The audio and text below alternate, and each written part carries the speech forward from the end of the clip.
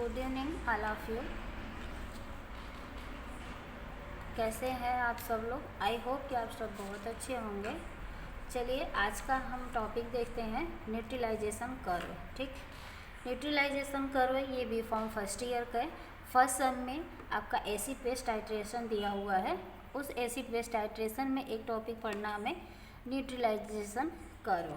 तो neutralisation curve में हम लोग देखते हैं कि हमारा सबसे पहले इसमें हम लोग न्यूट्रलाइजेशन कर्व को टाइट्रेशन कर्व के नाम से भी जानते हैं। Neutralization curve is also known as titration curve.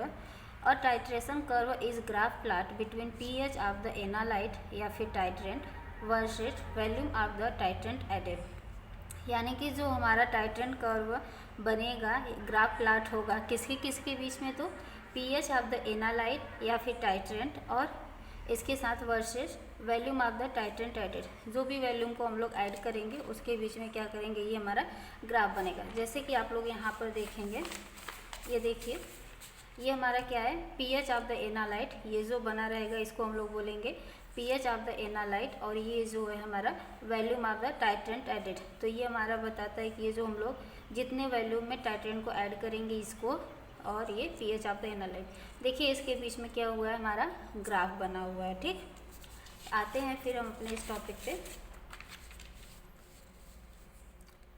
As the equivalence point is reached in the titration there is a rapid change in pH.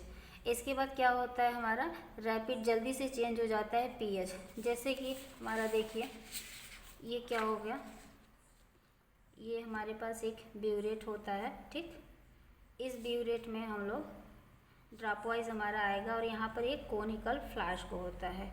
इस कोनिकल फ्लास्क में हम लोग, ये हमारा एनालाइट हो जाएगा, एनालाइट या फिर टाइट्रेंट,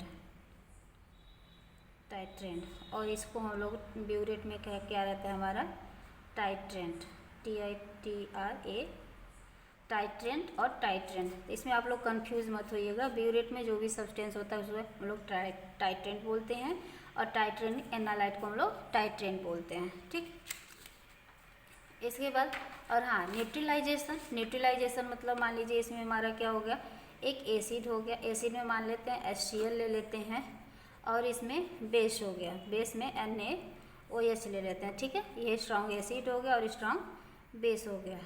तो आप लोगों ने सुना होगा जब हम लोग एक स्ट्रॉन्ग एसिड और स्ट्रॉन्ग बेस लेते हैं, यानी कि HCl प्लस NaCl, इसको बनाएंगे क्या बनेगा, NaCl। ठीक, NaCl प्लस ये क्या हो जाएगा हमारा,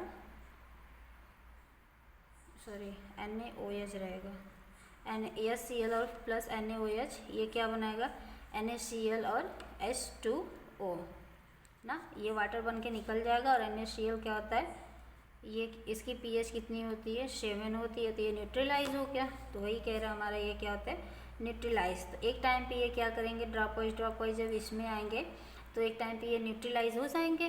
ठीक, क्योंकि इसमें क्या है, हमारा बेस है, बेस की क्वांटिटी इसमें ज़्यादा है और इसमें एसिड की क्वांटिटी है। एसिड क्या कर रहा है, हमारे बेस में आ रहा है। तो एक टाइम पे एसिड और बेस दोनों समान हो जाएंगे। तो यहाँ इसे क्या कहेंगे, न्यूट्रलाइजेशन। न्यूट्रलाइजेशन के बाद इसमें क्या आ जाएगा हमारा, जब एसिड की क्वांटिटी को ज़्यादा करेंगे ना, एसिड की पहले ये न्यूट्रलाइज हो गया, फिर एसिड हमारा बढ़ते रहेगा, 1-2 ड्रॉप जब एक्स्ट्रा होगा तो इसको बढ़ाते रहेंगे। तो क्या होगा, इसमें दिया था रैपिड चेंज इन पीएच, तो जल्दी से इसका पीएच चेंज हो जाएगा।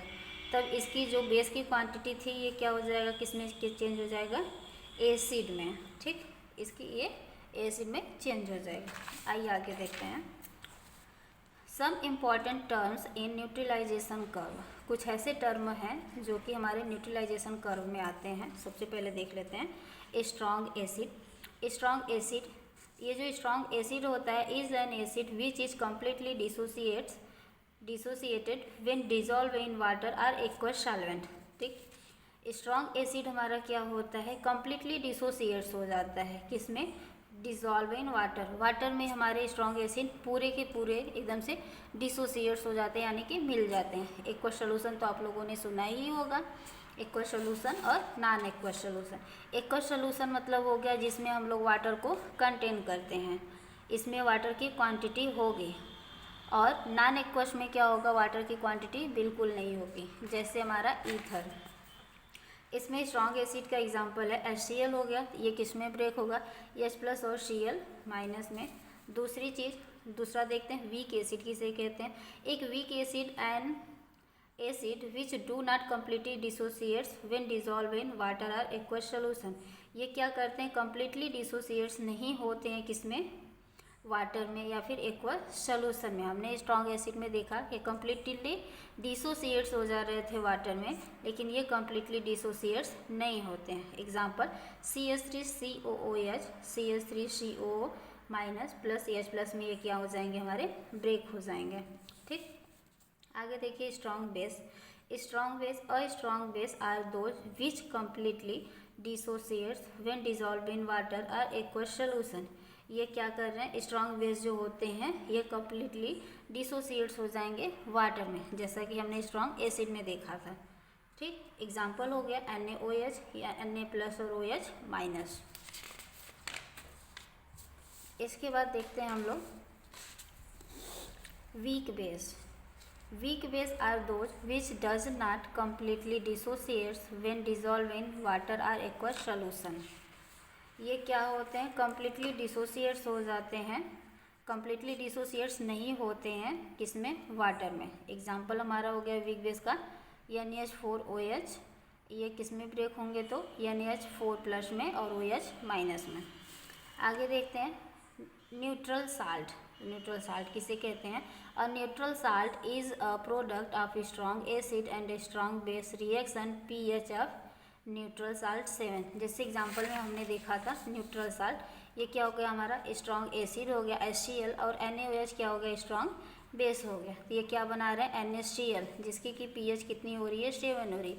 तो यही कह रहा है न्यूट्रल साल्ट जो होता है हमारा, एक स्ट्रॉन्ग एसिड होता है और एक स्ट्रॉन्ग बेस होता है, दोनों का जब रिएक्शन होगा तो ये क्या बनाएंगे, एक साल्ट बनाएंगे, जिसका कि pH कितना होगा, 7 होगा। एग्जाम्पल है हमारा HCl + NaOH, NaCl + H2O।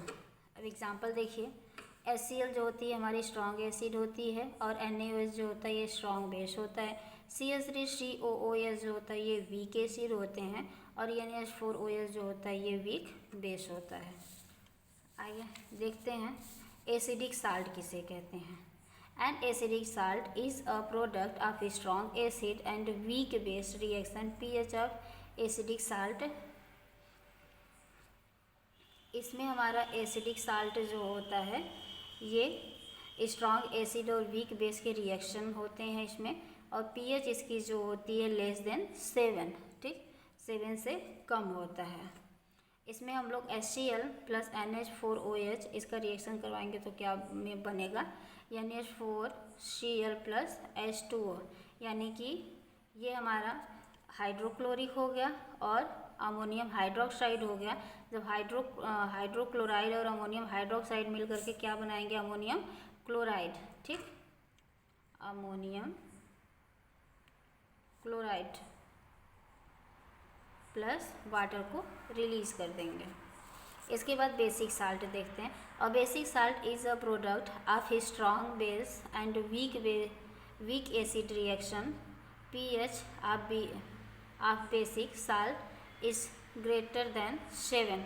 ये क्या होते हैं, हमारे बेसिक साल्ट जो होते हैं 7 से ज़्यादा इनकी pH होती है, और ये strong base and weak acid reaction के प्रोडक्ट होते हैं। जैसे एग्जांपल में CH3COOH + सोडियम हाइड्रोक्साइड, ये क्या बनाएंगे, CH3COONA + H2O। ठीक,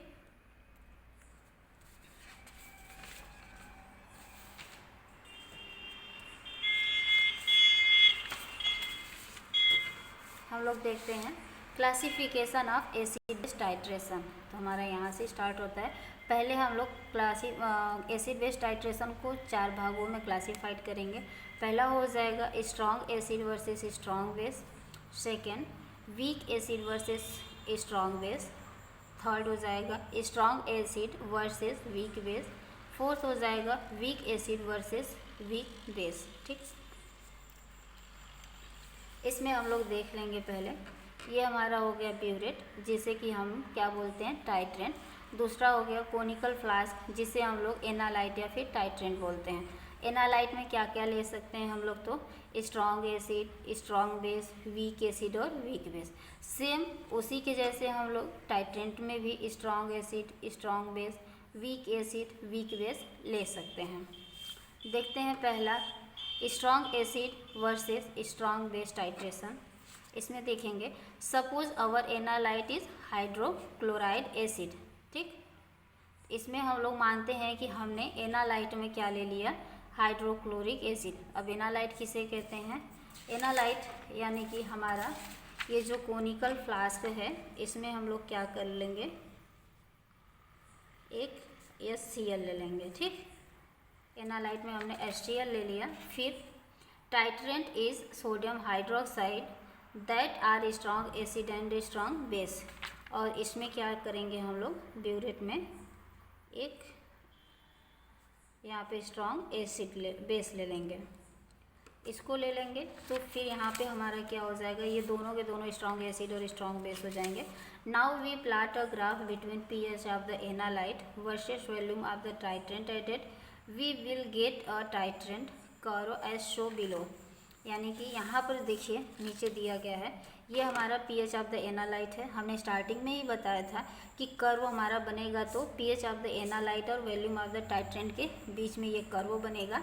तो देख रहे हैं आप लोग कि यहाँ पे क्या है, हमारा टाइट्रेंट ग्राफ बन रहा है। कहाँ से, pH ऑफ द एनालाइट, यानी कि स्ट्रॉन्ग एसिड है, स्ट्रॉन्ग एसिड है तो 1 से 2 से स्टार्ट होगा, जितना कम रहेगा उसकी स्ट्रॉन्ग एसिड ज़्यादा होगी, ठीक। तो हम लोग यहाँ से 2 से स्टार्ट कर रहे हैं। 2 से स्टार्ट करने के बाद ये देखिए कहाँ पर बनेगा हमारा, 7 पर ये न्यूट्रलाइज हो जा रहा है, यानी कि इक्विवेलेंट पॉइंट कहाँ पे आएगी हमारी, 7 पे आएगी, ठीक। इसके बाद ये कर्व हमारा 4th यहाँ पे आके स्टॉप हो जा रहा है, क्योंकि हमारे इसमें क्या है, ज़्यादा इसलिए हो रहा है, देखिए यहाँ पे इसकी क्वांटिटी किसकी ज़्यादा हो जाएगी, बेस की, क्योंकि पहले हमारे पास HCl था, यानी कि ये सॉल्यूशन पूरी कैसी थी, एसिडिक सॉल्यूशन थी। तो ये जब बेस की क्वांटिटी इसमें ज़्यादा हो जाएगी तो ये सॉल्यूशन कैसा हो जाएगा, बेसिक सॉल्यूशन हो जाएगा। इसीलिए लास्ट में हमारा कर्व क्या होगा, ये ऊपर जाएगा और बेसिक बन जाएगा, ठीक। आगे देखते हैं, इसमें पॉइंट देखिए हम लोग कैसे लिख सकते हैं इसको। अभी जो हमने जिसे पढ़ा उसी को सेम लिखना है। देखिए पहला पॉइंट हमारा क्या कर रहा है, no sodium hydroxide is as added in HCl, यानी कि हम लोग जो हमारा HCl है इसमें क्या कर रहे हैं, सोडियम हाइड्रोक्साइड को पहले पॉइंट में ऐड नहीं किए हैं। दूसरा, so the pH of the analyte is very low due to strong acid HCl, क्योंकि ये हमारा एनालाइट बहुत ज़्यादा यहाँ पर क्या है, वेरी लो, बहुत ही कम है, क्योंकि यहाँ पर हमारा केवल और केवल अभी एसिड है, हमने बेस को इसमें ऐड नहीं किया है। आगे देखते हैं, सेकेंड पॉइंट देखिए इसमें। सेकेंड पॉइंट में कह रहा है, this is point at which pH is recorded at the time just before complete neutralization take place, यानी कि जब हम लोग ये पॉइंट, सेकेंड पॉइंट में हम लोग क्या करेंगे, जो हमारा फर्स्ट पॉइंट स्टार्ट हुआ है यहाँ से, और थर्ड पॉइंट न्यूट्रलाइजेशन कर्व होने से पहले को हम लोग क्या करेंगे, इसको pH इसका रिकॉर्ड करेंगे, ठीक। यहाँ के पॉइंट को हम लोग रिकॉर्ड कर लेंगे। Before complete neutralization take place, जब लेगा उसको कंप्लीट होने से पहले, न्यूट्रलाइज होने से पहले क्या करेंगे हम लोग, रिकॉर्ड करेंगे उसके pH को। फिर this is the equivalence point, यानी कि जो हमारी थर्ड पॉइंट होगी वो क्या होगी, इक्विवेलेंस पॉइंट होगी। This time moles of sodium hydroxide or moles of HCl in the analyte the solution contain neutral salt and hence pH is neutral। pH हमारा क्या हो जाएगा, 7 हो जाएगा, क्योंकि ये कह रहा है जो हमारा moles of sodium hydroxide and moles of HCl क्या होंगे, इक्वल होंगे। इसे हम लोग क्या बोल रहे हैं, इक्विवेलेंट पॉइंट बोल रहे हैं। तो यहाँ पे ये क्या हो जाएंगे, इक्वल हो जाएंगे।